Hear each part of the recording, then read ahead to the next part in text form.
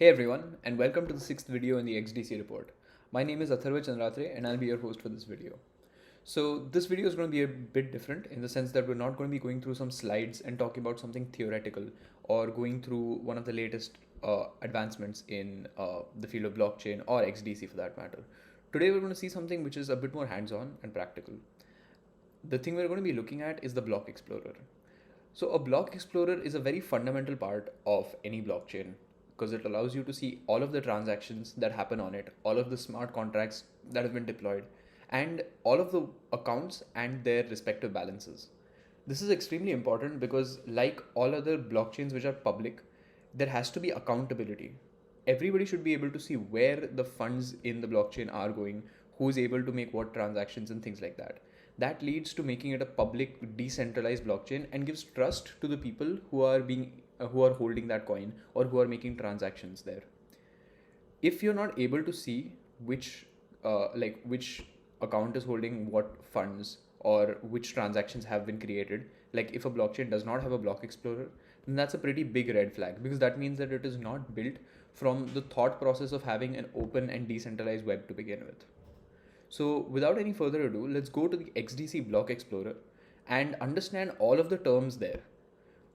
This is not a video specific to the XDC Block Explorer, even though we'll be using that for the example, because the fundamentals of what you learn here are applicable to every single block explorer of every blockchain which is public. So let's go to the XDC Block Explorer.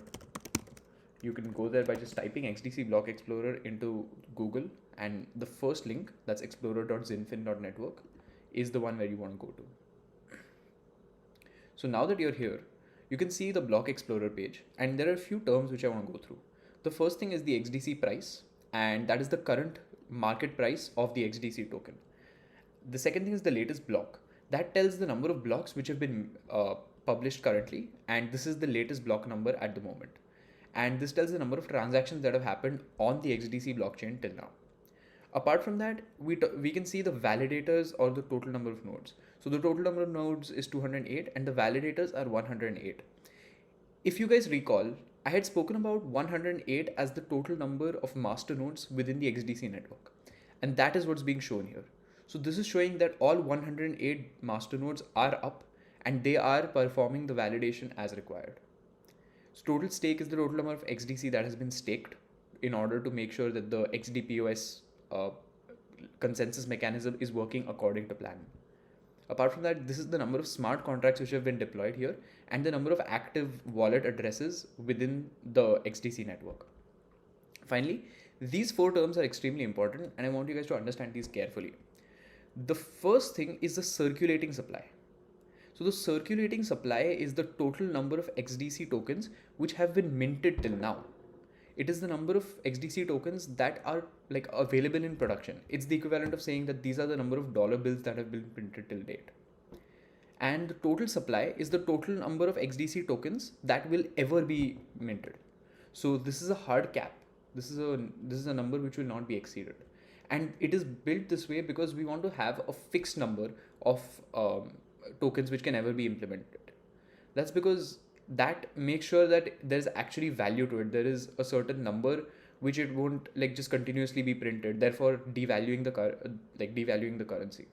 So the total supply is something which has to be fixed, and that is very important. So in this case, we can now see the fully diluted market cap and the current market cap. So the current market cap is nothing but the price of XDC into the circulating supply. So the product of these two is what you get here. And similarly, the product of the total supply and XDC price is what you get as the fully diluted market cap. So what this tells us is once all of these get minted, and assuming the XDC price stays the same, this is the total value of the XDC network, which is 1.2 billion, which is pretty high already. And it will get higher and higher because we're recording this in the first week of October in 2022. This is crypto winter. And during this phase, the fully diluted market cap is still $1.2 billion, which just shows how valuable this currency is. And it'll just keep going up from here. So that's that. Apart from that, this is just a trading view. It shows the price of the currency till date. So the 3-month price, the 1-year price, the 5-year price, things like that. So it shows all of these metrics here. Then let's talk about a few things. Let's talk about the blocks and the transactions. So I'll open up a transaction, a wallet, and a block, and explain each thing and explain all of the fields there, because understanding those fields are also important. So let's open this block. Great. So this is the latest block, which is 51062545. Now let's go through each of these fields in the block information table and understand what they all mean. So the first thing is the height. The height is nothing but the block number. It just signifies, like if you want to look at it from the perspective of a tree, the first block which was ever created, which is the Genesis block, was block number 1. And this is 51062545. So that is why it's called the height, like the delta between the current block number and the first block. So that's the same as the block number in our case. The second thing is epoch. So epoch is a concept where you basically combine a number of blocks together and call it an epoch. So in the case of XDC, 900 blocks are one epoch. So if you multiply this by 900, you'll get something in this range, because every 900 blocks the epoch changes. That's what epoch means. It's just a term in order to batch together a large number of blocks, because in our case, in XDC, every block is mined every 2 minutes, every 2 seconds. So what happens in that case is you don't want to have, like if you want to push an update, you don't want to push it at block number X, but you want to push it at epoch number X, because that is easier to control. A 900 block range is easier to control than something where you have like minute level to the block. So that's one thing. So that's what epoch means. Then timestamp essentially means like how many minutes ago it was created. Transactions, this shows the number of transactions which are within the block, and this is the hash of the block. So because this is a blockchain, the previous block hash is stored within the current block. So if we go here, we can see that this is information about 51062544, which is the block previous to this. And within the parent hash of this one, we'll be able to go to 51062543 and so on. And traversing this will get us to the initial block. So that is how that works. Finally, we can see who this was validated by. This is the address of the validating node. Finality 0%, but what that means is, like if you go over the pop-up here, it will give you some information. But finality essentially means that is it 100% final yet or is it not? And there might be some delay between the mining of the block and the finality of the block. So in some cases, this might take up to 3 minutes, 5 minutes. It really depends on the blockchain actually. So Ethereum has a block finality of around, I think, 6 to 12 minutes. So this might have something different. So if we wait some more time and go back to this page, we'll see that this 0 has become 100. This tells you the size of the block on the memory, the gas used, like the amount of gas which was used for the transactions within this block, and the gas limit. Finally, this shows the transactions which happened in this block. So this block just has one transaction, that is to the 00 wallet, but there might be more transactions within different blocks. So let's go back to the Block Explorer and let's look at the transactions here. So if we go to the transactions view transactions, we can see all of the transactions here, all of the transactions which have happened recently, and you can see all of these happened very recently. So let's go to the second last one for the sake of example. Here you can see the transaction hash, which like as a part of the blockchain, a transaction hash is basically a fingerprint of that particular transaction, and you can search for that transaction using the transaction hash within the Block Explorer. So if I were to pinpoint this transaction, if I wanted to just see this one, I could just copy, paste it here, and I would still come to this page. This tells whether the transaction was a success or not. There might be cases where it's a failure. There might be case where it is pending. Those are the 3 cases. I think there might be some information on the XDC documentation. Those are the 3 major cases. Then the block, which means this is the block at which this transaction happened. And 12 block confirmation means after 12 blocks, it will get confirmed. So you remember the 0% confirmation thing. After 12 blocks from here, it makes sure that it gets confirmed. Then the timestamp means that it was a transaction that happened a few seconds ago, and this is the exact time at which it happened. It also tells the from address and the to address, the amount of value that got transferred, the actual transaction cost, which also includes the gas fee and things like that. So here, the gas was 0. The gas price is 0 XDC. So the gas fee into the gas price would tell you the actual total cost. So the product of these two will tell you the total amount which you had to pay in order to make this transaction go through.